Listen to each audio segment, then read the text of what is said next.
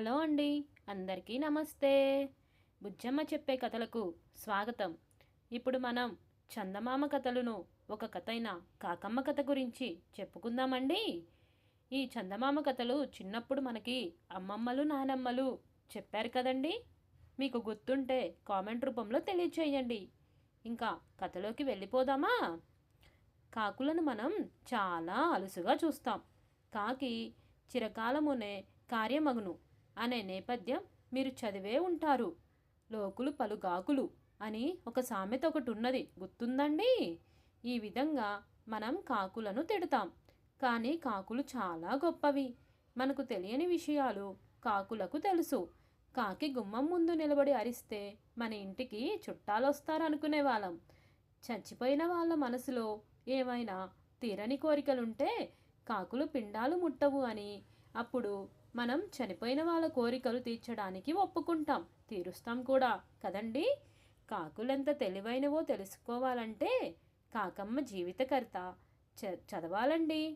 శ్రావణ మాసంలో ఒక మంగళవారం నాడు కాకమ్మ గుడ్డలో నుంచి పైకొచ్చి కళ్ళు తెరిచింది.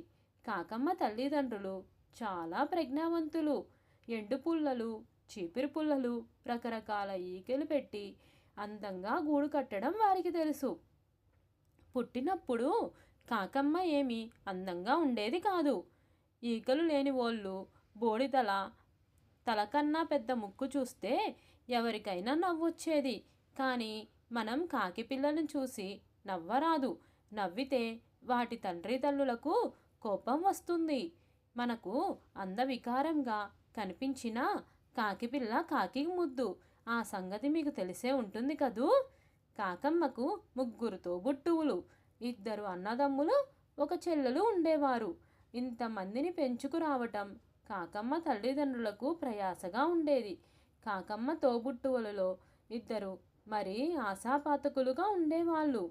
తల్లిదండ్రులు తెచ్చిన ఆహారాన్ని అందరికన్నా ముందు వాళ్ళిద్దరూ అందిపుచ్చుకునే కాజేసేవారు. మిగతా పిల్లలకది కష్టంగా ఉండేది. అందరికన్నా వాళ్లకు ముందుగా రెక్కలు వచ్చాయి. ఒకరోజు వాళ్ళిద్దరూ కూ అని అరిచారు. వాళ్ళు కాకులు కోరని కోయిల. కాకమ్మ నాన్న అమ్మకు తెలిసిపోయింది. కాకమ్మ తండ్రి వాటిని కోపం కొద్దీ వెంటబడి తరిమాడు. కానీ ఆ దుర్మార్గులు చిక్కలేదు. కాకమ్మ తల్లి పెంచిన మోహం చేత వాటిని పొమ్మని తన భర్తను శాంతపరిచింది. కాకి పిల్లలు మెల్లిగా ఎగిరే స్థితికి వచ్చాయి. పక్కనున్న చెట్ల మీదకి, ఇంటి కప్పుల మీదకి ఎగరడం అధ్యాయం చేశాయి. కొంతకాలం గడిచాక పిల్లలను తిండి వేటకు పట్టుకోపోయే సమయం వచ్చింది. మొదటి రోజు కాకమ్మ వంతు. తల్లిదండ్రుల వెంట కాకమ్మ తిండి వేటకు బయలుదేరింది. ఒకానొక ఇంటి ఆవరణలో ఒక గండు కుక్క ఉన్నది. రోజు దాని యజమాని దాన్ని ఉడకవేసిన ఎముకలు పెడతాడు. ఈ రోజున కుక్కకు యజమాని స్వయంగా ఆహారం పెట్టక నౌకరు చేత పెట్టించాడు. అందుకని కుక్క అలిగి నేల మీద పొర్లాడుతుంది. కాకమ్మ వాళ్ళ అమ్మ నాన్న ఇంటూ చూరు మీద నుంచి ఇదంతా చూస్తున్నారు. కాకమ్మ తండ్రి కా కా అని అరిచాడు. కుక్క వాళ్ళకేసి నిర్లక్ష్యంగా చూసింది. కాకమ్మ తల్లి కా కా కా కా అని అరిచింది. కుక్కకు కోపం వచ్చి మొరిగింది. మళ్ళీ కాకమ్మ తండ్రి అరిచాడు. ఈసారి కుక్క పట్టించుకోలేదు. దానికి కాకుల మీద విసిగెత్తింది.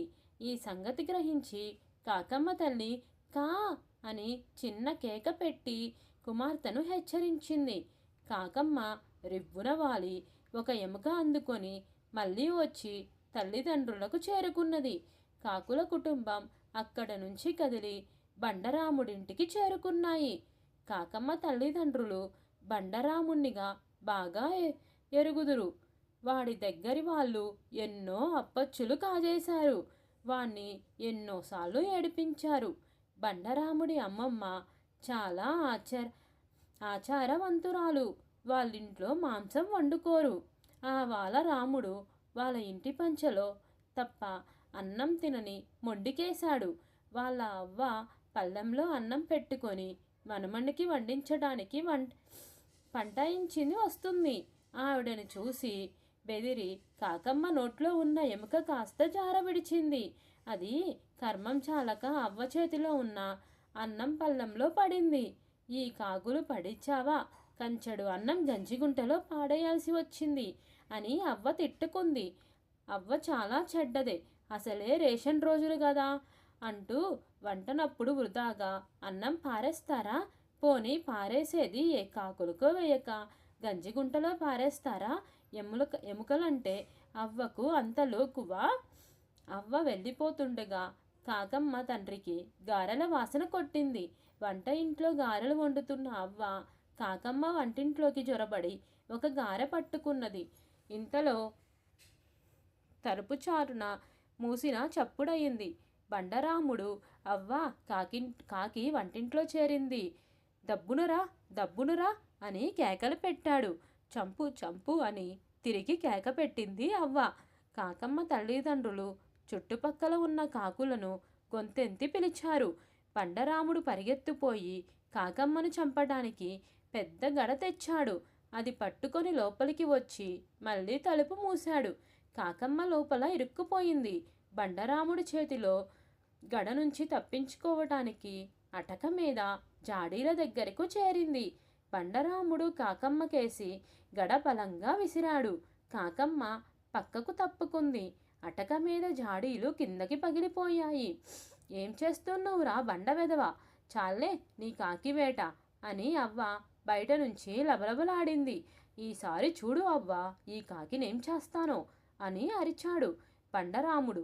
ఈసారి వాడు కొట్టిన దెబ్బ పొయ్యి మీద బూరల మూకుడు తగిలి నెయ్యి యావత్తు పొయ్యిలో పడి బగ్గున అంటుకుంది. బండరాముడికి భయం వేసి తలుపులు తెరిచాడు. ఆ సందులో కాకమ్మ బయటకి జారుకొని తల్లిదండ్రులను చేరుకుంది. అవ్వ బండరాముణ్ణి బాదటం కాకులంతా చెట్టు మీద నుంచి చూశాయి. ఆ కుర్రవాడు నిన్నంటలేదు కదా, ఎందుకంటే మనిషి చెయ్యి తగిలితేనే కాకి మైలపడుతుంది, మైలపడ్డ కాకిని ఎవ్వరూ పెళ్ళాడరు అంది కాకమ్మ తల్లి. లేదమ్మా, నన్ను ఆ అబ్బాయి తాకలేదు అన్నది కాకమ్మ తల్లితో. ఆనాటి నుంచి కాకమ్మ స్వతంత్రంగా ఎక్కడ పడితే అక్కడికి పోసాగింది. ఇదేనండి కాకమ్మ కథ. ఈ కథ కనుక మీకు నచ్చినట్లయితే ప్లీజ్ లైక్ చేసి షేర్ చేయండి. అలాగే నా ఛానల్ని మొదటిసారి చూస్తున్నట్లయితే సబ్స్క్రైబ్ చేయడం మర్చిపోకండి.